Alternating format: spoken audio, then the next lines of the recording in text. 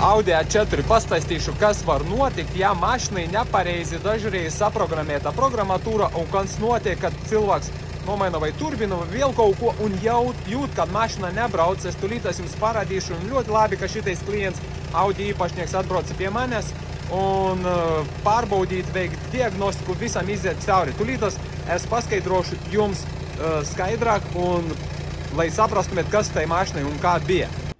Problēmas ar Audi. Šajā video parādīšu pareizi, kā ir jāveic autodiagnostika, kā jāskatās data logi, kā lasās tie kļūdu kodi un kā pārbaudas programmatūra un izlabojas fails, ja kaut kas nav kārtībā bijuši tai mašinai.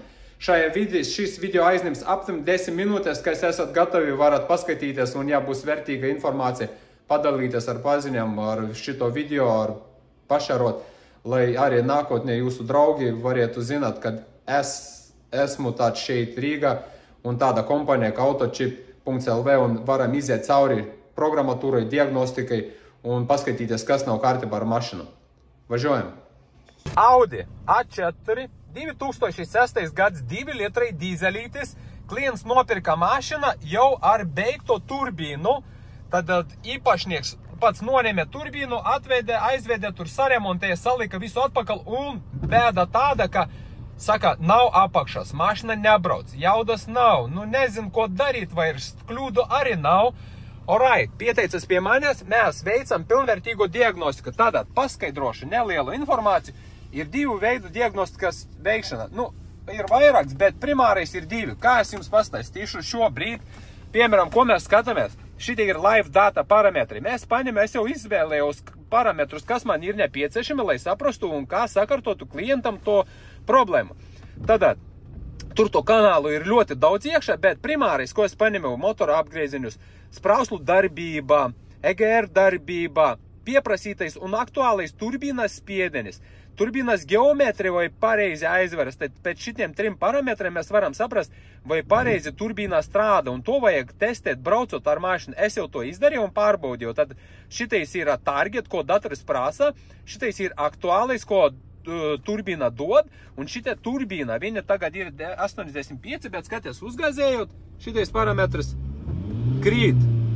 Redzi, tas ir normāli, turbīnas lapsnēs aizveras ciet, un viņš sāk pūst gaisu. Tas ir ok, tālāk. 1., 2., 3., 4. sprauslu darbība, 2. sprausla ir beigta.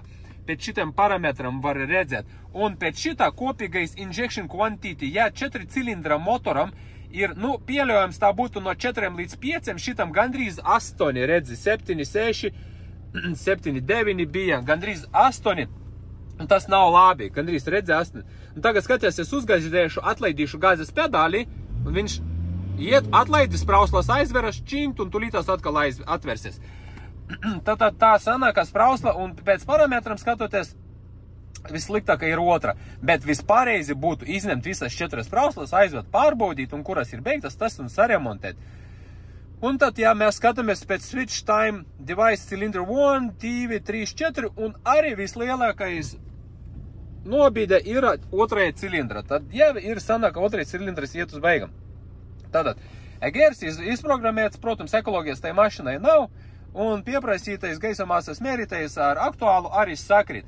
Šitais tas, kā skatās data logus, lai saprastu, kā darbojas motors, vai turbīna labi strādā, vai EGRs, vai darbība DPF, pretspiediniai, sprauslas, apgriezieniai. Šāda veida ir jāveic kompjūtera diagnostika padziļinātākā.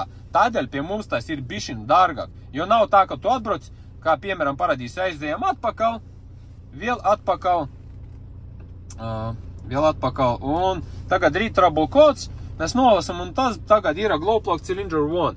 Tagad vēl pateikšu to, ka mašinai bija izprogrammētas kļūdas, un arī šitā kļūda par kvēlsveču bija izprogrammēta ārā, un cilvēks neredzēja check engine. Nedegas nekādas kļūdas, tā kā vajadzēs vēl šito sakārtot. Tad šitais ir primārais tāds, kad nospiedi, nolasi kļūdas, nospiedi, nodzēst, Tāks, ok, nodzēs kļūdas, ok, read again, un kļūdu pagaidām nav, bet kamēr tu restartēsi, būs augstas motors, viņš atpakaļ izmeties tu kļūdu. Tad ir pirmā viegla, un otrā ir tad live data, izvēlēs kanālus, piemēram, mēs paņemam šito, nu, un skaties šiti kaudze kanālu. No šitiem rādījumiem ir jāsaprot, kas, kā un tālāk strādā. Tā, labi, tas ir par diagnostiku. Braucot, es ierakstīju arī data logus. Tagad braucam un veicam data logus, parametrus, skatīsimies, cik viņam būstī, čārģi, geometrija, kā strādā turbīnu laiks, gaisa masas mērītājs, injection quantity un viss pārējais. Tagad paskatīsimies, braucot, kā mašina celi. Ieslēgsim pirmo, mēs ieli ripinājamies, tagad pedālis grīdā. Oba uzreiz no 1.9 iet, piebremzējam, ieslēdzam otro, mierīgi, 1500, pedālis grīdā, 1.9 viskas, mašina aizlidoja uz priekšu.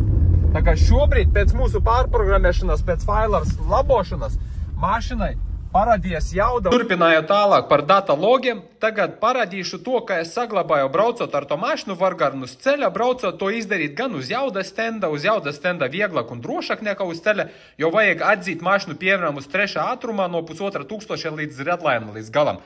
Tad šeit tagad mums ir engine speed jau no 1900, šit ir degviela, šitais ir gaismas mērītais, turbīnas pieprasītais aktuālais geometri. Tad jau no 1900 jau ir degvielas 44 mg, gaisa masas mērītais 900 mg, stroke pieprasa, turbīna paprasta 2560 millibāri, tas atņemet 1,56 un reālais ir 1,723 millibāri un geometrija jau 61, aizveras no 90. Tad spiedam tālāk play.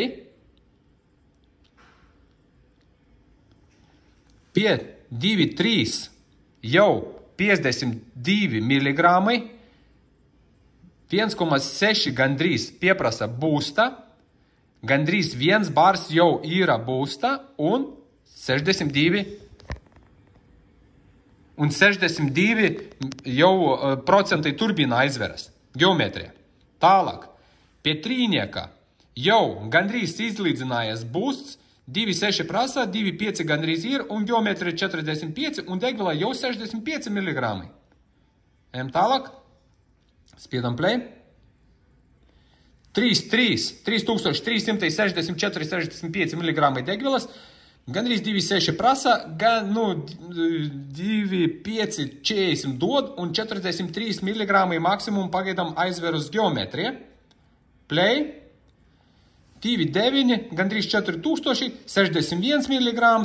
Boosts 2,690 pieprasa, 2,660 ir un geometrija 40. Tā kā izskatās viss šobrīd ok.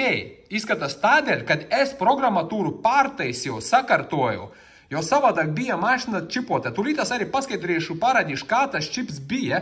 Viss tajos parametrus šobrīd tai mašinai neko nevajag vairs darīt. Pēc mūsu programmēšanas viss iet cauri, viss ok. Vienīgais problēma, ko es redzu, sprausla otrā patiešām pāries minus 0,2, šitā plus 61, pēc tam trešā minus 0,24, ceturtā arī iet nedaudz minusa. Otrā sprausla iet uz beigām, un ja paskatīties pēc delay, tad arī otrā sprausla minus 126, pārējais minus 130, minus 38, minus 50 vai minus 40, tas ir ok, EGR vārs ir aizveres pa nulēm, viņš stāv, viss ir kārtībā, un gaisa plūsmas, gaisa masas pieprasītais ar aktuālu gandrīz sakrit, viss ir ok. Tātad šobrīd datu bāze, data logi izskatās labi. Tūlītās parādīšu, kā ir ar failu, kas bija faila, kas nebija pareizi programmatūra. Šeit tagad parādīšu, kas ir ar programmatūru. Es ļoti labi pārprotu arī 2D formāta kartes. Tie, kas nesaprot 2D formāta kartes un programmē mašinas, nebūs labi, nebeigsies labi. Šobrīd, kas notiek? Augšai ir tas fails, ar ko cilvēks atbrauca, lai es uztaisīju jau oriģinālu. Šitais vieta atbilst uz EGR darbību. Var teikt, ir ok, šeit arī tas risinājums strādās, bet ejam tālāk. Un šeit ir kļūdu tabuls. Kļūdu tabuls sākas no šeinis līdz šeini. Un redzat, viņi programmē ekoloģiju no šita viens kļūda izkodēta šeit. Un šita paņems masīvi tāds izkosts kļūdu tabul humt. Un viņam vairs tur nav iekšā. Bet reāli viņam ir jābūt. Es parādīšu pēc tam tā, kā mēs pārtaisiem to failu. Tālāk aiziet. DPF switchus šajā vietā tālāk. Griezes momentai, limiti, degvielas padavine un tādā garā. Bet, mēs failu pārtaisījām un sanāk tā, ka čips arī nebija tik labi uztaisīts, nebija pedāļa asums uzlikts normāli, degvielas padeve nepareiz bija sakoregēta un turbinas spiediens arī nepareiz. Līdz ar to mašinai cilvēks saka, ka viņš domā, ka mašina brauc pēc lielākiem apgriezieniem, pēc 3-4 tūkstošiem apgriezieniem, ja viņa brauks pēc tiem lielākiem apgriezieniem tādēļ, kad pareizi mašina nesačipota. Tagad parādīsim, kā jābūt mašinai sačipotai. Piemēram, uzmetam tagad mēs savēju čipu. Un pirmais, ko jūs ieraudzīsiet šajā vietā, pedāļa asums būs drive višs. Vot lūdzu, šitais nebija šitai mašinai vispār uzlikts. Un tādēļ tā mašina nejūta, pedāļa asuma nejūta tos strāves, tos jaudas pilnvērtīgas, kāda ir vajadzētu būt. Tātad, leja tagad ir manā fails, kas vēl augšā tas, kas bija pirms tam. Ejam tālāk. Tālāk, šī kļūdu tabule. Leja redzat, šitie visi sarkani. Šitie sarkani visi ir ieslēgti atpakaļ, tā kā redzējāt iepriekš diagnostika, bija izkodēt šitais kļūdu tabuls, arī gan kvēlsviešu mašina ir jānobrauc 10-20 km, lai saprastu, kāpēc tas tā ir bijis. Kādas kļūdas būs, lai izmetīs jaunas kļūdas tālāk vai ne. Tālāk ejam skatīties. Šit ir griezes momentu saregulēju, lai būtu mašina asākā. Degviela saregulēta. Aizdedzes leņķi saregulēti, turbinas spiedieni saregulēti, asums saregulēts, un šobrīd ar šito failu mašina brauc ļoti labi, turbina nekavējas, uzpuš tā, kā vajag, kļūdas saslēgtas atpakaļ, un problēmu vairs tur nav. Tā kā, ja arī jums ir kaut kāda problēma saistībā ar programmatūru vai aizdomas kaut kas nav kārtībā, vai noraujat kādu štekeri no mašinas gaisa masas mērītāja, detonācijas sensori nospraustam un nav kļūdu, droši varat pieteikties pie manis uz Autochip.